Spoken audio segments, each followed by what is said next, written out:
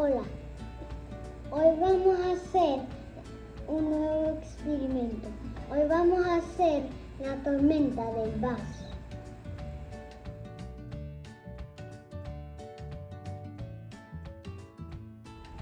¿Qué vamos a necesitar?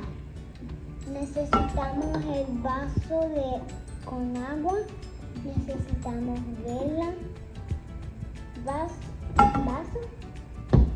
y color rojo.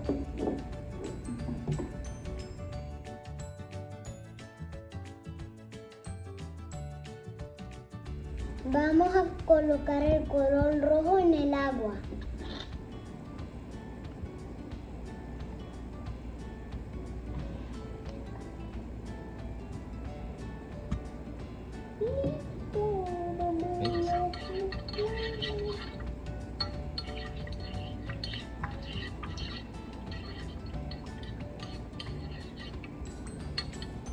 Era muy cool.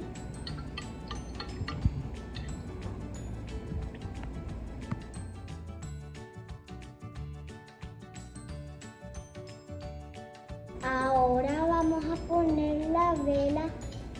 Mamá o papá va a encender la vela o prender la vela.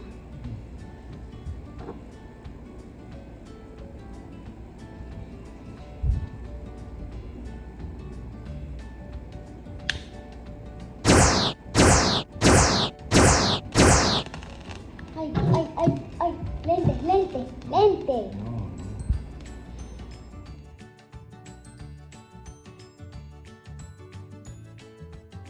Mamá o papá va a poner alcohol en el pote y lo vamos a poner en la vela.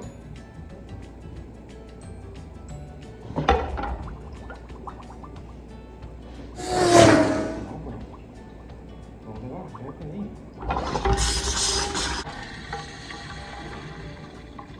¡Oh! ¡Se explotó!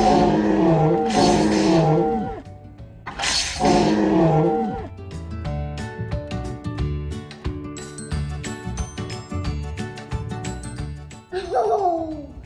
¡Wow! Esta es la tormenta de vaso.